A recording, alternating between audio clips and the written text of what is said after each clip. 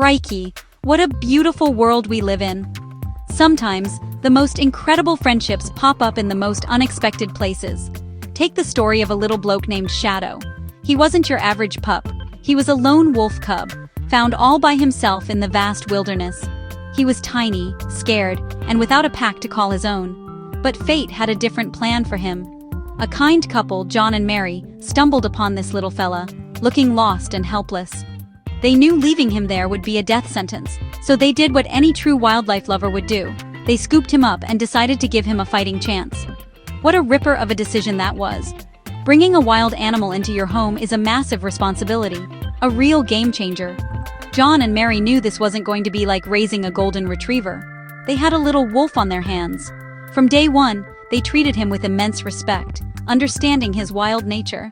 They fed him, kept him warm, and slowly but surely, this tiny shivering pup began to see them not as threats, but as family. He started to follow them everywhere, his little legs scrambling to keep up. It was clear he was imprinting on them, seeing these two humans as the leaders of his new, very unusual pack. As Shadow grew, and believe me, he grew fast, the bond deepened. He wasn't just a pet, he was a member of the family. He learned commands, not through force but through patience and understanding. John and Mary would spend hours with him, teaching him boundaries, but also letting him be the magnificent wolf he was born to be.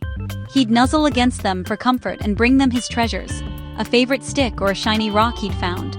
It was his way of contributing to the pack, showing his love and loyalty in the only way he knew how. This beautiful creature was a living, breathing example of how trust can bridge the gap between our world and the wild. The connection they shared was something truly special.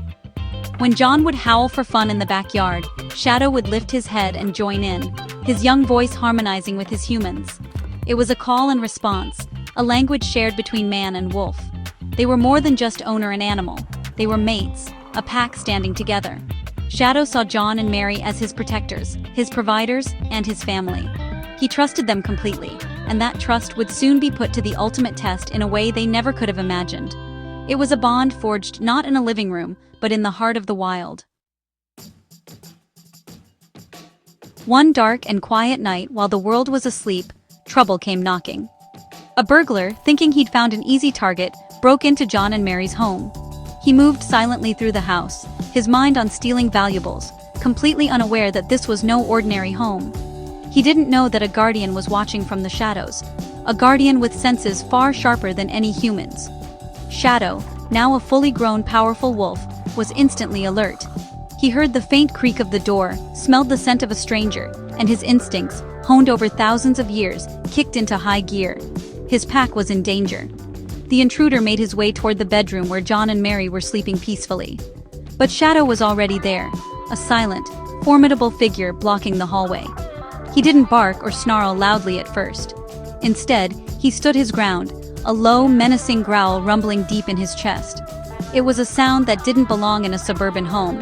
It was a sound straight from the heart of the wilderness, a clear warning that said, "You go no further." The burglar froze, his eyes widening in disbelief as they adjusted to the dark, staring at the massive silhouette of a wolf. He was face to face with a true apex predator. Now, this is where it gets truly amazing. Shadow could have torn the intruder to shreds in seconds. He had the power, the teeth, and the instinct to kill. But he didn't. He had been raised with love and respect, not aggression.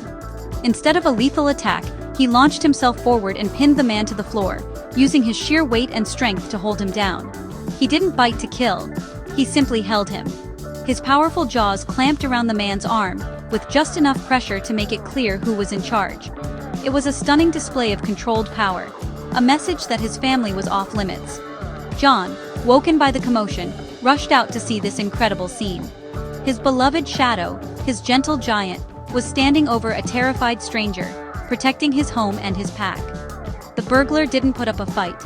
He was too stunned and petrified. Shadow held him there until the police arrived, never once escalating his aggression beyond what was necessary to neutralize the threat. That night, Shadow proved that he wasn't just a wolf living with humans, he was a guardian, a protector who understood his role in the family. What a legend. He showed that a wild heart can also be a loyal one. This sort of thing isn't a one-off, you know.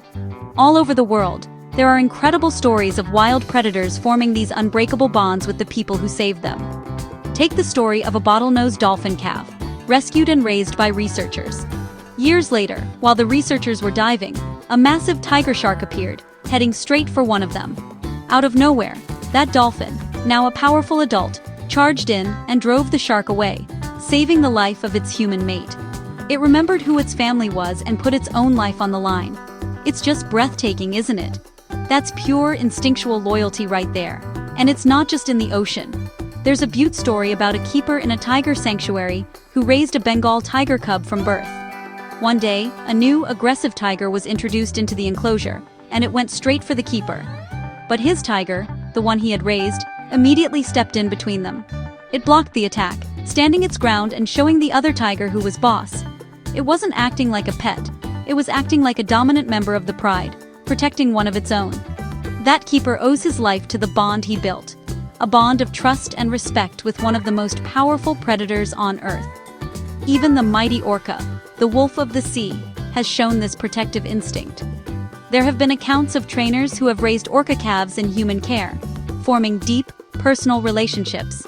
In situations where another animal in the pool became aggressive, or a situation became dangerous, these orcas have been known to physically shield their trainers or guide them to safety. They see their human companions as part of their pod, their family unit. It's not about tricks or training. It's about a social bond that runs so deep that it crosses the species barrier in a truly profound way.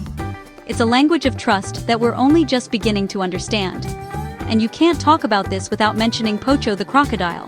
What a stunner. A local fisherman in Costa Rica found Pocho dying on a riverbank and nursed him back to health. For 20 years, they were best mates. Pocho would follow his rescuer, Cheeto, everywhere in the water and was known to be fiercely protective. If strangers got too close to Cheeto in the water, Pocho would make his presence known, warding them off. A crocodile, one of the most ancient predators on the planet, saw a human as his best friend and protector. If that doesn't make you believe in the power of a good heart, I don't know what will. So, why does this happen? Why would a wolf, a tiger, or a crocodile protect a human? It's because these animals don't see themselves as pets. When they are raised by humans from a young age, they imprint on their caregivers. They see these humans as their parents, their siblings, their pack leaders. We become their family. A wolf cub raised by people doesn't know it's supposed to be in a wolf pack. It thinks its pack is made of these funny-looking two-legged creatures who provide food, comfort, and safety. Its loyalty is to its pack, plain and simple, no matter what that pack looks like. Even though they're raised in a human world, they never stop being wild. A wolf will always have the instincts of a wolf, and a tiger will always have the soul of a tiger. You can't train that out of them, and you should never try. Their protective behavior isn't a trick we teach them.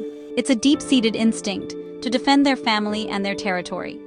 When Shadow faced that burglar, he wasn't thinking like a dog. He was thinking like a wolf defending its den. He was using his size, his strength, and his intimidating presence, all the tools of an apex predator, to protect his own. The key to these incredible relationships is always respect. You can't dominate an animal like a tiger or a wolf. You have to earn their trust. You have to understand their behavior, speak their language, and respect their power. When that respect is mutual, you can form a bond that is stronger than steel. These animals aren't protecting us because they are commanded to. They're doing it out of a sense of loyalty and connection. They feel safe with their human family, and in return, they make their family feel safe. It's a two-way street, a beautiful partnership. In the end, these stories show us something truly magnificent. They show us that the line between humans and the wild is not as sharp as we think. With kindness, patience, and a whole lot of respect, a bond can be formed that transcends species. Whether it's a wolf standing guard in a hallway or a dolphin fighting off a shark, these wild guardians remind us that family isn't just about blood, it's about love and loyalty. And that, my friends, is a lesson we can all learn from. What a wonderful world, and what wonderful creatures we get to share it with.